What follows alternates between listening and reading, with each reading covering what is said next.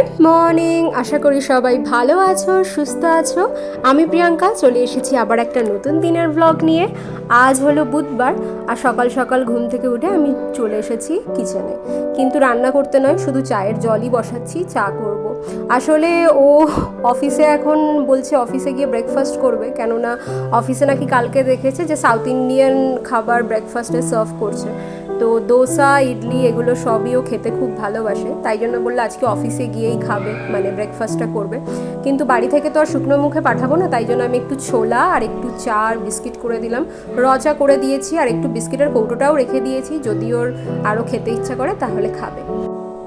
Breakfast complete করে ও বেরিয়ে গেল অফিস 8টার মধ্যে, আর আমি চলে এসেছি এখন কিচেনে। কি কয়েকটা কাজ করছিলাম, ছোট ছোট কাজ যেগুলো থাকে রোজকার, সেইগুলো করে এখন চলে এসেছি। তো একটা বড় কাজ শেষ করতে হবে, সেটা হচ্ছে আমি তো গুঁড়ো মশলাটা একটু দোকানের কম কিনি, বাড়িতেই বানিয়ে নিই। তাই জন্য আজকে ভাবলাম মাসের শুরুতেই আগে গুঁড়ো মশলাগুলো বানিয়ে রেখে দিই। মাসের শুরুতে বানিয়ে রাখলে কি হয়, আমার পুরো মাসটা মোটামুটি একটা 20 দিন মতো তো চলেই যায়, কোনো কোনো মাসে আবার একটু বেশি দিনও চলে যায়। তো এখানে আমি একটু জিরে, একটু মৌরি, শুকনো লঙ্কা আর ধনে এগুলো দিয়ে আগের শুকনো কড়াইতে রোস্ট করে নিচ্ছি, বানাবো ভাজা মশলা। তো ভাজা মশলাটা আমি এরকম করেই বানাই, প্রথমে গোটা জিনিসগুলোকে আমি এরকম গোটা মশলাগুলোকে শুকনো কড়াইতে একটু রোস্ট করে নিয়ে তারপরে সেটাকে একটুখানি ঠান্ডা করে গ্রাইন্ডারে মিক্স করে নিই।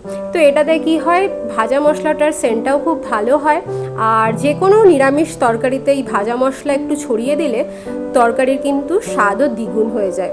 আমি তো অনেক তরকারিতেই, মানে অনেক নিরামিষ তরকারিতেই আমি এটা ইউজ করি, শুধু নিরামিষ কেন, কোনো কোনো আমিষ তরকারিতেও আমি এটা ইউজ করি, আমার এটা খুব ভালো লাগে। তো এখানে আমার এটা মোটামুটি শুকনো কড়াইতে রোস্ট করা হয়ে গেছে, তো আমি গ্যাসটাকে অফ করে দিলাম। এখন এটা কিছুক্ষণ ঠান্ডা করব, ঠান্ডা করে তারপরে এটাকে মিক্সিতে গুঁড়ো করে নেবো। এই যে আমি মিক্সি নিয়ে নিয়েছি। তো আমি এটা প্রত্যেক মাসেই করি, যেমন জিরে গুঁড়ো, ধনে গুঁড়ো, তারপরে গোলমরিচের গুঁড়ো, এরকম যতগুলো গুঁড়ো আছে আমি বাড়িতে করে নিই। তো এই দেখো এখন জিরেটাকে দিয়ে দিয়েছি, জিরেটাকে গুঁড়ো করে নেবো।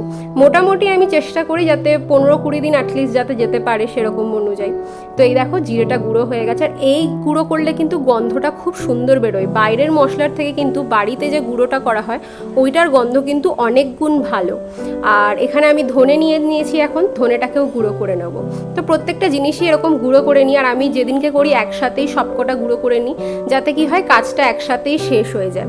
এই দেখো ধনে গুঁড়োটাও হয়ে গেল, কি সুন্দর একটা গন্ধ বেরিয়েছে, আর একদম মিহি করে কিন্তু গুঁড়ো হয়ে যায়। একটু বেশি পরিমাণে গুঁড়ো করলে একদম মিহি করে গুঁড়ো হয়ে যায়, আর একটু কম নিলে তাহলে একটু এবড়ো ফেবড়ো থেকে যায়, তাই জন্য পরিমাণটা একটু বেশি নিলেই ভালো। আর ভাজা মশলা যেটা করার জন্য আমি ওগুলো যে মশলাগুলো রোস্ট করেছিলাম ওগুলোও ঠান্ডা হয়ে গেছিলো, তো এটাও আমি এখন মিক্স করে নিলাম। কি সুন্দর একটা গন্ধ বেরোচ্ছে, আর কালারটাও কি সুন্দর না। এটাকে কিন্তু অনেক কিছুতেই অ্যাড করা যায়, মানে যারা ওই আচার বানায় তারাও কিন্তু এই ভাজা মশলাটা অ্যাড করতে পারো, এটাও কিন্তু দিলে খুব ভালো লাগে। তো মোটামুটি আমার সবকটা করা হয়ে গেছে। আর এইবারে যেটা করব, গোলমরিচের গুঁড়োটাও না আমি বাড়িতেই করি, কেননা আমি দেখেছি বাইরের গোলমরিচের গুঁড়োর গন্ধ আর বাড়ির তৈরি করা গোলমরিচের গুঁড়োর গন্ধের মধ্যে কিন্তু প্রচুর তফাৎ। আমি যে এই যে এখন গোলমরিচ গুঁড়োটা করব, যখনই খুলি এত একটা ঝাঁঝ আসে, মানে রীতিমতো হাঁচি ধরে যায়। তো এইটা বাড়িতে করলে অনেক বেশি আমার মনে হয় টেস্টও বেশি ভালো হয়। তো আমি ওই জন্য বাড়িতেই গোলমরিচ গুঁড়োটা করে নিই। যখন যখন গোলমরিচ গুঁড়ো থাকে না বা শেষ হয়ে যায়, তখন আমি কি করি, একটু হামানদিস্তায় ওটাকে ক্রাশ করে নিই, তো সেটাতেও হয়ে যায়। দেখো একদম মিহি করে গুঁড়ো হয়ে গেছে, একটু পরিমাণটা বেশি নিলেই মিহি করে একদম গুঁড়ো হয়ে যায়, দেখতেও খুব সুন্দর হয়, আর গন্ধটা তো দারুণ বেরোয়, মানে দারুণ ঝাঁঝ থাকে। আর এই বাড়ির গোলমরিচ গুঁড়োর কিন্তু বেশ ঝাল হয়। তো চলো আস্তে আস্তে সব গুঁড়ো মশলাগুলো হয়ে গেছে, এবারে আরেকটা কাজও ভাবলাম করে ফেলি, সেটা হচ্ছে ধনে মৌরি একটু ভেজে ফেলি, কেননা আমাদের দুজনেরই একটু বাড়িতে খাওয়ার পরে মুখ শুদ্ধির ব্যাপারটা রয়েছে, তাই জন্য আমরা বাড়িতেই সবসময় ধনে মৌরি জোয়ান এগুলো একটু রাখি। তো এই জন্য ধনে আর মৌরি ভাজাটা করে নিচ্ছি, দিলে আমার কাজ শেষ হয়ে যাবে। আর তো মাঝখানে মাত্র একটাই দিন, আজকের দিনটাই, কালকেই মারা চলে আসবে। সকালবেলা কথা হচ্ছিল, ট্রেনে সবাই বলল যে 10:50 গাড়ি, সবাই অলরেডি স্টেশনে পৌঁছে গেছে, একটু আগেই ফোন হলো। তো সবাই ট্রেনেই আসছে, কেননা যখনই এই টাইমে আসে একটু বাড়ি থেকে খাবার দাবার আসে দুজনের বাড়ি থেকেই, যেহেতু আমরা বাড়ির বাইরে থাকি তাই জন্য দুজনের বাড়ি থেকেই একটু নানান রকমের শুকনো জিনিস, শুকনো খাবার একটু, আর আমার দাদুর বাড়িতেও যেহেতু অনেক রকমের গাছের বাগান রয়েছে, সেই জন্য বাড়ির অনেক সবজিও আসে, ফল মূল এগুলো তো আসেই। তো সেই জন্যই এবারে সবাই মিলে ট্রেনে আসছে, যাতে জিনিসপত্র নিয়ে আসতে সুবিধা হয়, কেননা ফ্লাইটে তো একটা লিমিট থাকে, সেই জন্যই সবাই এবারে ট্রেনে আসছে। তো চলো, আমার সব কটা কাজ একদম শেষ, একটু দেরিই হয়ে গেল, তো কিন্তু একটা জিনিস শান্তি যে আমার সব কটা মশলা গুঁড়ো করা হয়ে গেছে। তো এই যে আমিও নিয়ে নিয়েছি এখন চা আর একটু ছোলা। আমি ভাবছি একসাথে একটু কয়েকটা বিস্কিট আর চা খেয়েই এখন কাজটা করি, তারপরে তাড়াতাড়ি উঠে একদম লাঞ্চ করে নেব।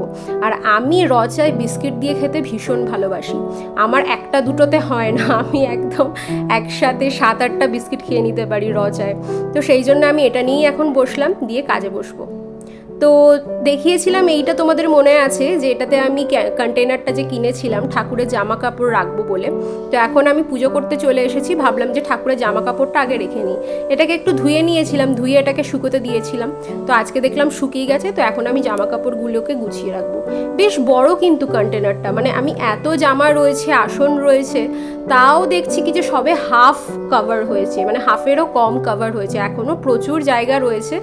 যাই হোক, কোনো ব্যাপার নয়, আমার একদিক দিয়ে ভালোই হলো, এবারে ঠাকুরের জামা কাপড় কিনলে আমার আর কোনো অসুবিধা থাকবে না। এটাতে আমি শুধু আসন আর কাপড়ই রাখছি, অন্য জিনিস রাখছি না, কারণ অন্য জিনিস রাখার আমার এমনি জায়গা রয়েছে, বাসনপত্র।